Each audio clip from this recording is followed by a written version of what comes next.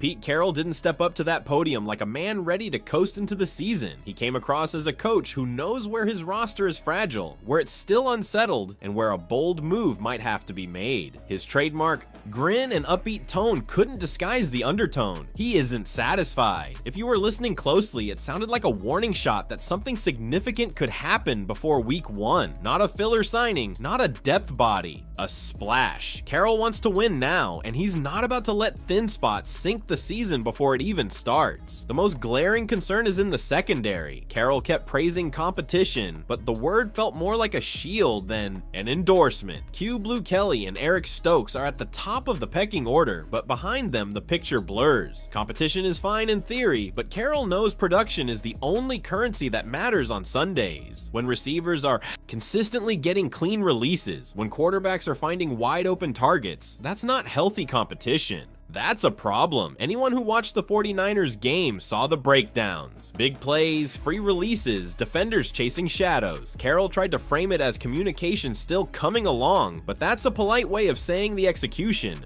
isn't there yet. And when communication isn't sharp, offenses carve you up. That's why a move feels inevitable. Carroll isn't the type to hand rookies or backups real snaps unless they're undeniably ready.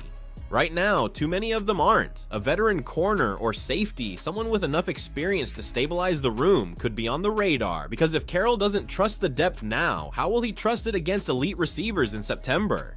He knows you can't enter a season with your back end held together by hope. Contrast that with the offensive line, where Carroll sounded much more at ease. For once, he had reason to be. Colton Miller remains the steady presence at left tackle, the kind of lineman who doesn't grab headlines because he rarely gets beaten. Jordan Meredith is settling in at center, a player whose consistency in calls and snaps has earned quiet confidence from the staff.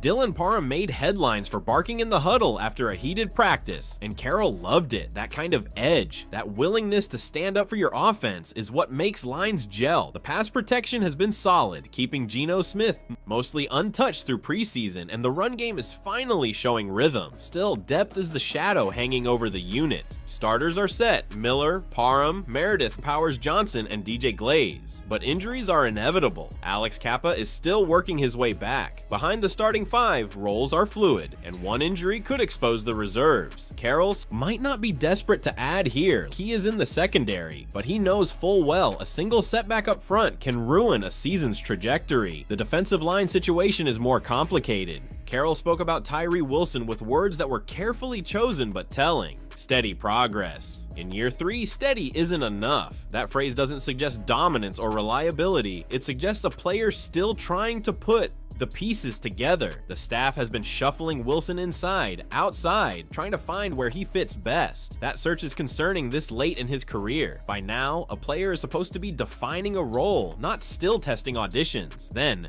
there's Malcolm Kunze. Carroll admitted the physical part of his recovery was never the issue. It was trusting his body again. Lately, he looks like himself. Explosive, confident, moving with purpose. It's the kind of resurgence you don't want to part with. And yet, this is the NFL where roster math trumps sentiment, because looming over all of this is the rumor about Trey Hendrickson. The Bengals' star pass rusher, fresh off a 17.5 sack season, is reportedly unhappy with his contract. Cincinnati has already shelled out big money to Joe Burrow, Jamar Chase, and T. Higgins. Can they afford to pay a 30-year-old edge rusher top dollar too?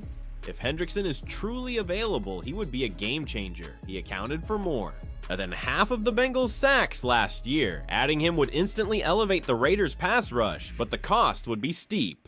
You don't get a player like Hendrickson without giving something up. Probably a premium draft pick and one of your own young pass rushers, maybe even Kunze or Wilson. That's the brutal choice Carroll and the front office could face. Keep developing players you like, or swing for a proven star who can tilt games right now.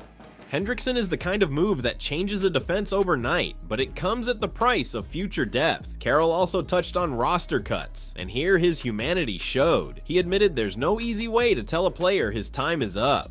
The best he can do is be honest. Explain why, outline what needs improvement, and leave the door open. In this league, cuts aren't always permanent. Injuries bring players back. Practice squads keep dreams alive. Carroll emphasized that truth matters, and giving players a path forward is as important as the goodbye. As preseason winds down, Carroll made another point that revealed what he values most: authenticity. He doesn't want players trying to reinvent themselves in the final game to win a spot. He wants them to show who they are, play with confidence, and prove they can execute under pressure. Pretending to be someone you're not only backfires. Coaches remember the players who can stay themselves. When the lights get bright, that's who they trust when the season begins. There were lighter moments too.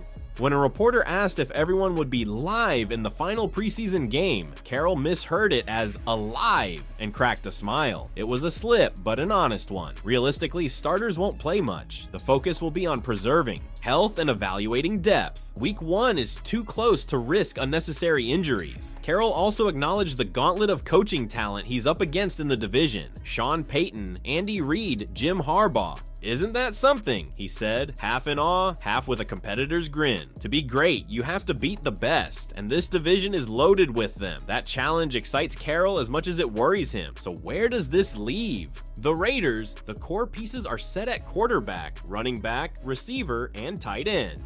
Linebackers are solid. The offensive line starters look dependable, though the depth remains thin. The defensive line has talent but unanswered questions. And the secondary, the most critical unit of all, still feels shaky after the starters. That's where the move is most likely to come. Carroll's message was layered but clear. To his players, he said, "Be yourselves, play with confidence, and prove you belong." To the front office, his subtext was just as pointed. This roster needs another piece, and waiting for it to fix itself isn't an option.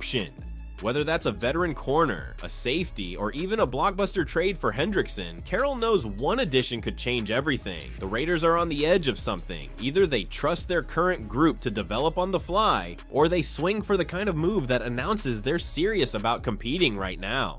Carroll gave us all the clues. Now it's just a matter of whether the front office pulls the trigger. So what do you think? Should the Raiders make a bold trade for a star like Hendrickson, even if it means sacrificing future assets? Or should they trust their young players to grow into the roles Carroll needs them to fill? And if a move is coming in the secondary, what kind of veteran would you want to see added? Share your thoughts in the comments, and don't forget to like and subscribe for more breakdowns.